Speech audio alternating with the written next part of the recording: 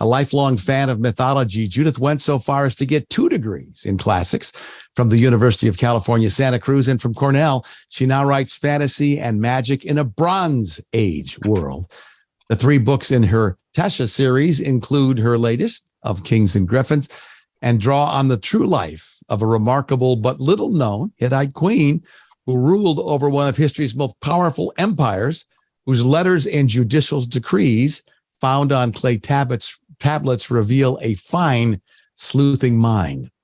Of Kings and Griffins starts with a corpse, adorned with a gold sun disk and lying in state. But it isn't a murder mystery. The question is not who done it, but what happens next amid life and death stakes. Set in a Bronze Age empire, it portrays a world upended when the king dies and his insecure, unpredictable heir isn't up to the job. Within this dangerous context, the main character, Tesha, a young woman who's both a priestess and a lesser queen, must forge a safe path for her husband, daughter, and sister, as well as for her fractious kingdom that is part of the new king's great empire. She has intriguing tools at her disposal. Skill at strategy and diplomacy, the goddess of love and war as her active ally. Her husband is a brilliant general. Tesha also commands forbidden sorcery, but while the old king offered her a limited opening to perform magic, his son's suspicions turned that loophole into a snare. Even her goddess may be laying traps. When her sister disappears into the land of griffins, Tesha believes she must take extreme action, but the temptation to seize control through her magical powers may be the biggest danger of all. I based my historical fantasy on a Hittite queen whom history forgot. The rites she practiced as a priestess, recorded on recently excavated clay tablets, offer tantalizing windows into her religious magic, and my mythical beasts, the griffins, step onto the page from Hittite artwork and royal seals. Of Kings and Griffins is a potent mix of history, magic, politics, fantasy, romance, and intrigue. It works both as a standalone and a 3rd book in its series. And I think as a TV series, Judith, do you ever see this one coming onto Netflix? Yeah, well, just tell the right person, please. I do think it'd be fun. And I think griffins are way more fun than dragons. And yet you get to fly on them through the air. So, Why the Bronze Age? I started out, my fiction career started after a long teaching and academic career. And I started out writing a book about the Trojan War from a woman's point of view. And discovered that there was this whole empire, which literally when I was in graduate school, pretty much, we sort of knew a little, but nobody really did. So this Hittite empire, turns out that's who Trojans were, not when I was in grad school, but now we know these things. So it was fun. So it's partly that. And then I found this queen who we have her last decrees when she's in her 80s or something. She starts the stage at 15. Who, we don't think of ancient world as dominated by women, but here was this woman. She was more powerful than anyone else in the ancient world. Her only rival was Ramses II, the Moses, let my people go guy. She went head to head with him, and yet, nobody knows about her. So that was just like too much fun. I was thinking about you this week with the passing of Queen Elizabeth II. There are some definite similarities between your protagonist. Except that my queen actually had total control of her world, as opposed to, I will have to make it work by being very quiet. Total control has its downsides, though, right? It does. It absolutely does. And she has her screw ups and her conflicts, and that's of course what makes her great fun to write. And her husband was the historians that write about him. There's the people who hate him and the people who love him, and so all of that is the familial struggles, the big international scandals. Russians got nothing on these guys. today. I mean, so it's fun. It's just fun. And then they had all this magic that they believed in. And I just said, okay, let's just let all the things they thought could happen. And that was just such a liberating, fun story element that suddenly all of this supernatural magic that's all grounded in their historical understanding. So it came with I didn't have to make it up. It just got given to me, but I just like turned the key and let the door open and it all goes out. So of Kings and Griffins is way outside of my genre and outside of many, but I found myself totally addicted to the story and very satisfied by the whole reading experience. What do you think it is about a story that makes it universally interesting? Well, people don't, I mean, you have to be careful when you're writing a very ancient world, not to be anachronistic and not to give ideas that aren't present there. But the really core things about human beings don't really change. And certainly of Kings and Griffins, one of the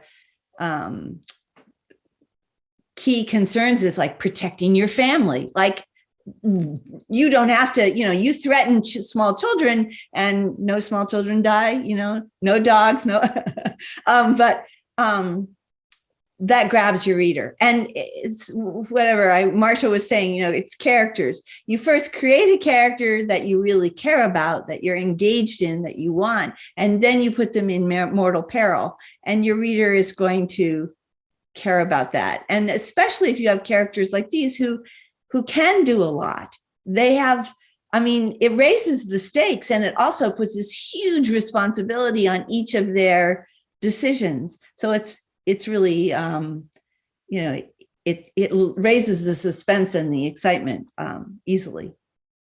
How do you research a point in time with so little documented history? Well, there is more and more. When I started, well over a decade, maybe 2 decades ago, researching Hittites, there wasn't a lot. I was reading raw archaeological site reports. And if ever you need a way to fall asleep, that is the cure. You don't need drugs, just archaeological reports. Incredibly boring. But fascinating on another level. But you have to take all these raw. At one point, my daughter was in college in Cambridge, Massachusetts, and I went into the Sackler Museum and I broke into their offices behind the actual exhibits. And I went up and there was this one woman that I was looking for who knew this. She oversaw the Hittite part of the museum and was a scholar. And I said, can I bug you? I don't have an academic community in Arizona, which is where I was living then. Now I don't. Can I just describe this world that I've created? Is it historically accurate? And she went, absolutely. She was just entranced, which I find archaeologists love when somebody tries to take all this raw junk and put it into a world. I get royal treatment by archaeologists, which is great fun. It was my original training, so it's sympathetic. But so I described it. She went, absolutely. Oh, she has to be like this. Absolutely. So it was super confirming that this world that I had taken these raw little, there was this rock here that we think is an altar and this, building and there's also huge libraries of cuneiform tablets. So we actually have her letters and her judicial decrees. And she has this hilarious, to me, hilarious exchange with Ramses II, where she's like, oh, stop that. You want to, she's arranging a dowry for the second daughter down that wasn't her literal daughter, but was her husband's, concubine offspring. And, you asked that criminal you've got in your court, because he had taken on one of her, rejects. He burnt my treasury down. So you stop that nonsense. So she did not this is much later in her career than what I'm writing right now. But I start when she's 15 with my series. And she's she's thrown onto the world stage at 15, if you can imagine, and has to be, an adult suddenly. And she's steps up. Why do you think you get the royal treatment from archaeologists? Well, I think what they write is interesting only within their, it's very jargon heavy, et cetera, like, any academic subject area. And so I can bring it to life and present it to a much wider audience, and grab an audience for what they do. And also because I really respect what they do. It's like when Marshall or anybody goes to the police and says, here, is this a good idea? How does it's a fundamentally respectful relationship. And isn't that what we're all about? Like, we want a mutual community gradually built on respect. So what's next for Judith Starkton? I am about halfway, should have been done, but I moved and, various others. I'm taking care of a very cute grandbaby. But the next book is the fourth in this series. And it will mark a fairly major stopping point for the series. And I am going to, at that point, go on back to my Trojan War book and write the second one in that series. So that's what I'm doing. I have a cover for this new book, but I do not have, which is gorgeous. It's got a griffin even more gorgeous than of Kings and Griffins, because I booked my cover artist long before. And so she came up with this idea, and she said, I figured out how to do this that we couldn't do before. I have figured out how to do it. And I actually thought, well, that wasn't going to happen in this book. And then like 2 days later, I said, yes, do that. Because I suddenly was like, that's the ending, so it was the weirdest way for a plot to shift. I mean, plots always shift as you write, nothing stays the same. I do lay out my books pretty clearly, but they change and morph and do all kinds of things. But this was the first for me that my cover artist would come up with the idea that is like, That's what a great cover artist does, right? I mean, they inspire you to actually think about things that you might have thought of before. Yeah. So, and we had, some of your fans out there are wondering when you'll be able to share a sneak peek of that new cover.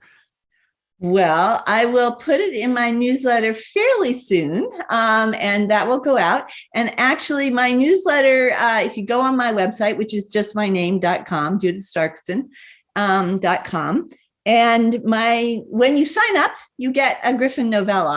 I started a series of novellas. There are no humans in it. They're all Griffins. My Griffins communicate telepathically. So they, so one of my critique partners was like, your Griffins are too articulate. And I'm like, dude, they don't have to stumble through words. What is your problem? They just swoosh.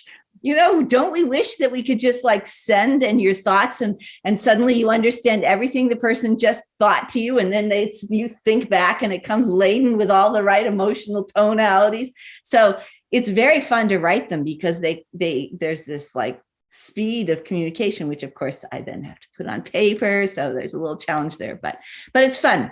So anyway, you get that free if you sign up for my newsletter. So how did telepaths argue? Well, Griffins, I have to say, are pretty violent. So, they might just put their paw on you and squish you. They do find Griffins do like to eat humans as snacks if you're not one of their friends. So if you meet a Griffin, do not alienate him or her. A good piece of life advice, no matter what the species. Keep them as your friends. JudithStarkton.com is the website. Sign up, get that novella. And you'll get the first crack at the cover too. Thank you so much for joining us today on Members Marketplace, Judith.